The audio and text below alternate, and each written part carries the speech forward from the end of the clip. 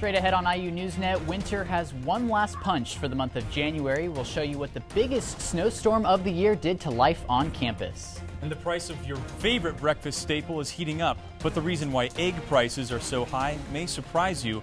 We'll tell you what's causing the hike. And you'll meet a professor whose dog Oliver is much more than just a pet. We'll tell you how the organization ICANN is changing lives one dog at a time. IU NewsNet starts now.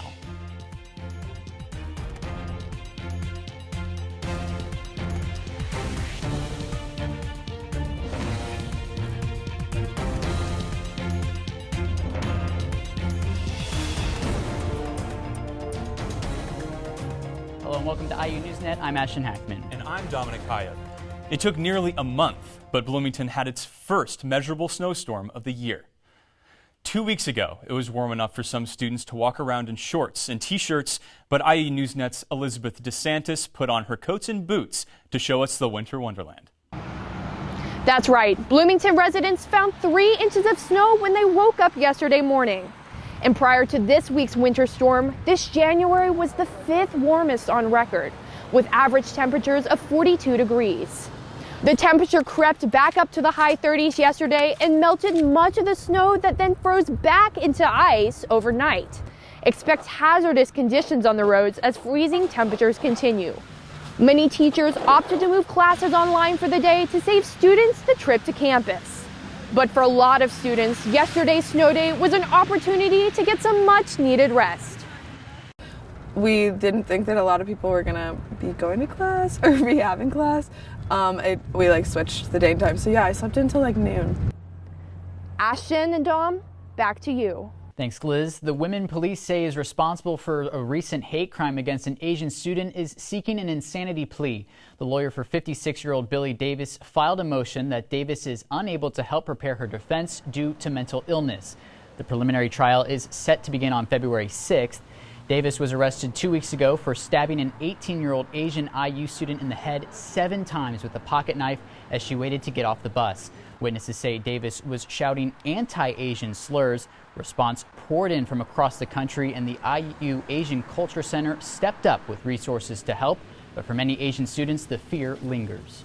Walking home later at night, I am definitely more aware of my surroundings, and I try to carry pepper spray with me everywhere that I can. When I'm with a group of people, it's not as bad, but definitely alone, I've been paying more attention to surroundings. IU President Pamela Whitten also gave a statement saying IU should be steadfast in their commitment against racism. There are now multiple initiatives to discuss hate crimes, improve bus safety, and support Asian students. 50 years after the passing of Roe v. Wade, Indiana's highest court is hearing arguments to decide if a restrictive abortion ban violates the state's constitution.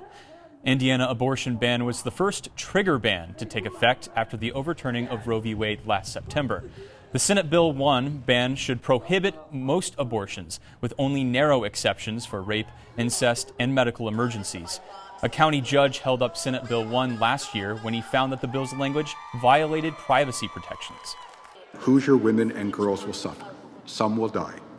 That in and of itself doesn't invalidate SB 1, but exemplifies the fact, as I just said, that this law invades the most private of spaces. Hundreds of pro-choice and pro-life activists gathered separately this week at the State House to mark the Golden Jubilee of the Roe v. Wade decision and to make their voices heard on Indiana's Supreme Court Justice's upcoming decision. More classified documents have turned up, this time in the Carmel, Indiana home of former Governor and Vice President Mike Pence. Reports indicate his lawyer found roughly a dozen documents in Pence's home and turned the documents into the FBI. Pence told ABC News several weeks ago that he did not bring home any classified materials. The Department of Justice recently discovered classified documents in the homes of both President Joe Biden and former President Donald Trump. The Department of Justice has launched a review to determine why the documents didn't go to the National Archives. For the first time ever, IU has installed something on campus that may help save a life in a drug overdose. It's a Narcan box right outside the health center. Fentanyl was the #1 cause of overdose deaths in Indiana in 2021. Naloxone, often called Narcan, has the ability to reserve what normally would be a fatal overdose of opioids.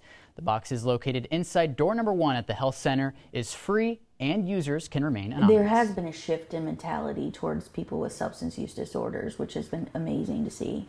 And I love that, carrying Narcan or naloxone is kind of on trend right now. And so it just shows the shift in mentality.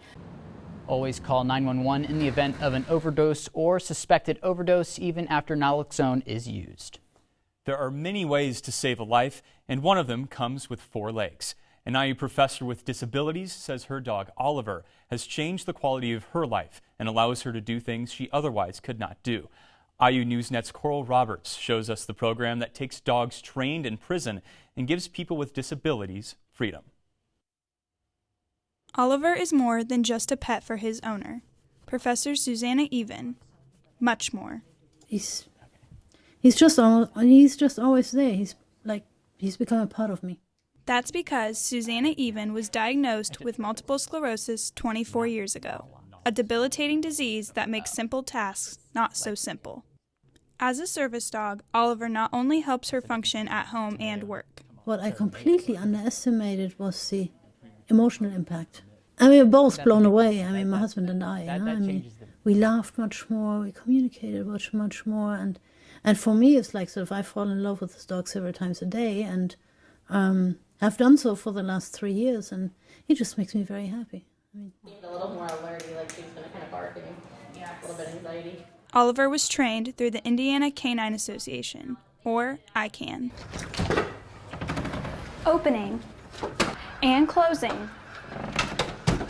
The door is one of many everyday tasks service dogs perform for adults and children with disabilities. Something special about ICANN is that they have inmate handlers that train the dogs while fulfilling their sentence in prison. You can imagine that when you have maybe 10, 20, 40 years on a sentence, it's easy to lose hope. And it's easy to feel like your life is wasted, there's nothing left for you, you serve no purpose. So it gives them purpose in a purposeless place. ICANN also has a club here at IU that uses student volunteers called furloughs to help train the dogs. Yes. Shake. Yes. Furloughs are placed with the dog for approximately 3 weeks to put the commands they learned from inmate trainers to work in real life. Sit. Yes. For people like Susanna Even, who could not imagine her life without Oliver in it. When he's not there, it actually doesn't feel quite right. That was Coral Roberts reporting. To get more information, just go to icandog.org. When we come back, there's a new state law affecting how and when you use your turn signal. Plus, how yoga stretched not only the body, but the spirit of a Bloomington woman who had chronic back pain from years of dance.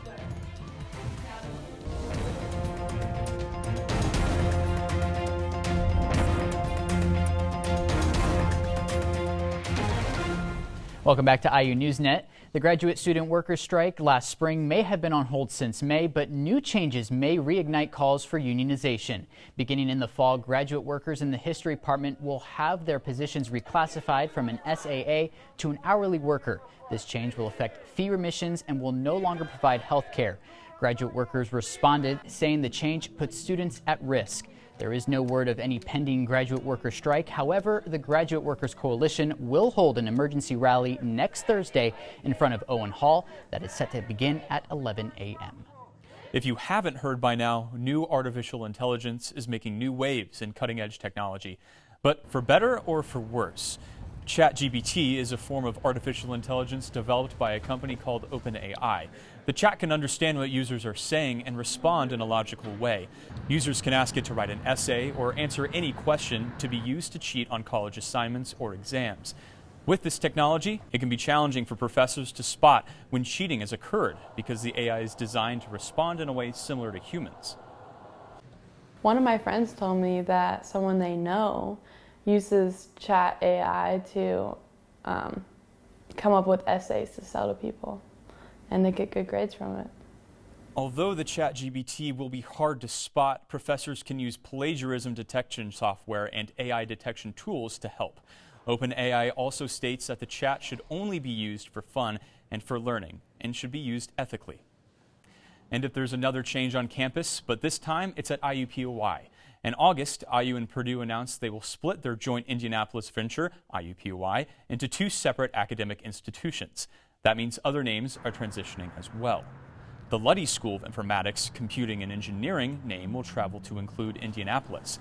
The name of the school was the IU School of Informatics and Computing at IUPUI. University officials say adding the name Luddy will improve the connection between campuses. This month, Indiana lawmakers enacted a bill that affects how you use your turn signal. In the past, you needed to signal 200 feet before a lane change or 300 feet if traveling over 50 miles per hour. Now, there is no distance requirement as long as you do it. If you don't use your turn signal at all, you still face a fine. Why the change? Police say the old law was difficult to enforce, and civil rights groups said it was often used for racial profiling stops. If you are an egg lover, have you noticed your grocery bill going up? The average price for a dozen eggs nationwide is just under $4.50, a 50% rise in 1 year. The reason for the price hike? Avian flu hit the chicken population hard, reducing supply. Locally, we found eggs for about $3.50, which is about $2 less per dozen. Some supermarkets lower the prices on eggs to get you in the door to shop for other items. If you're looking to improve your health, you don't have to look far to find a yoga studio. It's no secret people do it for the workout, but some people say it's a great deal more than that. IU NewsNet's Catherine Hawkins brings us her story.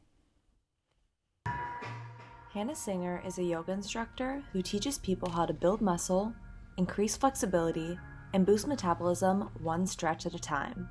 Stay for your breath in. She teaches some classes in the dark, a place that she knows all too well. From 13 years old until 20 years old, I had chronic back pain. Every morning I woke up and the first thing I felt was pain. And so right away my brain was like pain, anger, hate, depressed, sad, world sucks. Singer danced competitively from ages 2 to 20. Her goal was to become a professional dancer. But the longer Singer danced, the more she strained her body.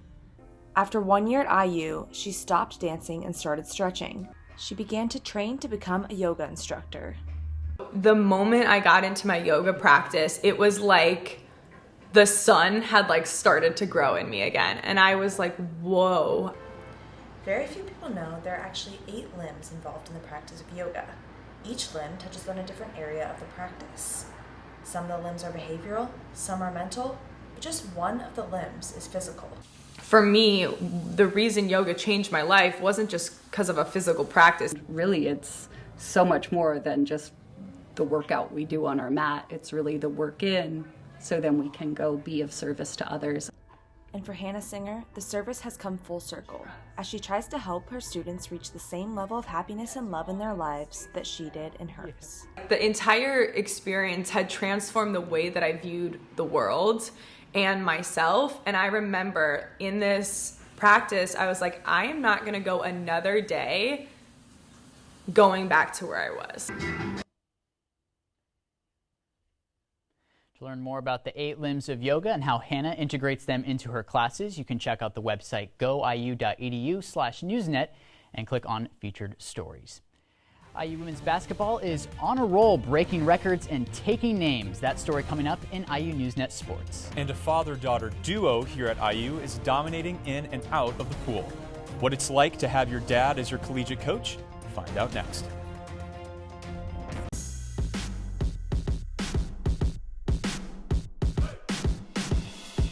And we're back with sports. So Evan, that game last night. We don't really want to talk about it, but we have to. I mean, it's Indiana basketball. It was so big. Did you guys watch? That's what I'm wondering. Yeah. Oh, yeah. Painfully, I turned it off towards the end of the second half. A little tough. Of course, it's tough. It's always tough to watch this team, but let's get right into it. So we start with basketball, as you know now. Indiana men's head coach Mike Woodson was not on the bench last night due to COVID. Thus, Yasir Rosemond, the associate head coach, handled the head coaching duties. We'll take you out to Minnesota as the Hoosiers made the trip up to the barn to face the Golden Gophers. Indiana up 2 early in the first, and Jalen Hood-Schifino. Take a look at this. The nice reverse gets it to go. Indiana's lead extends to 4. Second half now, Gophers down 2 as Terrace Samuel gets the jumper over TJD to tie the game. It was close all day long. 43 seconds to go. Game knotted at 57. Race Thompson misses the first. And who else is there but TJD to clean up the mess? TJD finished with 25 points, 21 boards, 233 boards in his career as the Hoosiers escape Minnesota and win it 61-57. Indiana hopes to have Coach Woodson back on the bench when Ohio State comes to Bloomington Saturday night. To the other team who calls Assembly Hall home, and a winning team, that is. They're shaping up to be one of the best in the Big Ten. Terry Moore and squad traveled to Michigan on Monday looking for their 18th win of the season. The Hoosiers shot 50% from behind the arc as Sarah Scalia drains the three. Nothing but net. She had 19 on the night. Next, with good offense comes better defense. Mackenzie Holmes says no thank you, rejecting Cameron Williams. And here's what makes Holmes one of the best players in the country, getting the offensive board and the N1. The Hoosiers run away with this one 92-83 as head coach Terry Morin has to say about the best start in program history. You didn't see us blink. You didn't see us panic. They stick together. They just show great maturity. And, I think that's why we've gotten off to the start we have. One, this is a good basketball team. We have really good pieces. And those pieces return to action tonight with their toughest test yet against number 2 Ohio State. If you're going to the game, be sure to wear black in support of the Hoosiers. From the hardwood to the hard true, Indiana women's tennis battled with the Bearcats of Cincinnati last weekend. In a back-and-forth affair with Cincinnati, it was a team effort to secure the 4-3 victory. The Hoosiers started off taking the doubles point with wins from Mila Majic and Lauren Lemons pairing, as well as Rose Hugh and Alexandra Stikolescu. However, it was Lauren Lemons who got the Hoosiers their 4th point with a singles win against Callie Flanagan in straight sets. At 3-0, Indiana is off to their best start of the season since 2017-2018 and are at home one last time this month, Saturday, against West Virginia. Moving to swimming and diving, many people go to college to get some distance from their families. But for IU swimmer Mackenzie Lewis, she chose to be closer to her father, swim and dive head coach Ray Lewis, than ever before. Take a look. If I were to eventually commit here, it was because it was my choice. He didn't convince me. Mackenzie Lewis wasn't supposed to swim in college. She wasn't supposed to go to Indiana, and she wasn't supposed to swim for her dad, Indiana swim and dive head coach Ray Lewis. I didn't even recruit her. She told me she wanted to leave the state. But she changed her mind. So I had one of our assistant coaches recruit her. He's like, I don't know if she's going to be any good. It took some guts to say that with me in the room. Those guts would eventually lead to glory. Mackenzie turned into one of the best swimmers on the IU team. She's a 5-time All-American, second-team All-Big Ten swimmer, and even competed at the U.S. Olympic swimming trials. She's been at those meets for a little while now, since 2019, but to see her win was incredible. Well, Mackenzie has had her share, getting plenty of these, winning key races against top swim schools such as Virginia, Missouri, and Ohio State. It's swimming for the man on this sideline that brings out the most emotions. I say it's a lot of ups and downs. It's a lot of forgiving and a lot of grace. Things can get heated and things get intense, especially on deck. He cares about every single swimmer, but there's an extra layer there because I'm his daughter. I know that sometimes when I'm racing that he gets a little extra nervous. Sometimes he can't watch it, but I know that he wants me to do well on multiple levels. If it's a bad race or whatnot, I need to be a parent, and then if it's a good race, all the credit goes to her. For many years, his job limited the amount of time this father got to spend with his children. When she came here, she goes, now that I'm in college, will you miss me? And I go, no, I'm going to see you more than I ever have. This is about the time when everyone gets to get away from their parents, but I chose to stay, and that's certainly because of the caliber of coach that he is. I am immensely grateful that I got to do this with him. Mackenzie and the Hoosiers are coming off a strong weekend sweeping Purdue in both the men's and women's division. Mackenzie won the 100 breaststroke and 400 freestyle relay, and you can be assured Ray was pleased. The swim and dive team closed out their regular season this Friday with a trip to Louisville. And one last thing before we go. Congrats to Jasper, Indiana native and former third baseman Scott Rowland on his induction into the Baseball Hall of Fame. The 7-time All-Star played in the majors for 17 years. He was the most well-known for his time with the St. Louis Cardinals, where he won the 2006 World Series. Rowland debuted on the ballot back in 2018 and was the only player this year to eclipse the 75% vote mark with 76.3. Since 2018, Rowland has been the Director of Player Development for Indiana Baseball and will formally be inducted into Cooperstown this July. Guys, big weekend. You guys going to be at Ohio State, Indiana, either tonight, Saturday, or any of these other games? There's a lot of Hoosier sports. Oh, yeah, there's always Hoosier sports. We'll be trying to make our way down there for sure. Got any predictions for those games? Indiana. Like, how can I not say Indiana? I'm on here. You want to see Indiana win. I think they get it done, guys. That's all. All right, well, let's see. Thanks so much, Evan. Thanks, guys. And that's it for IU NewsNet for now. I'm Ashton Hackman. And I'm Dominic Heyob. We have a behind-the-scenes student production team in the control room and working in the studio for this broadcast. We thank them, and we thank you for watching. Be sure to follow us on Facebook, Instagram, and Twitter at IU NewsNet. Take care, and we'll see you next week.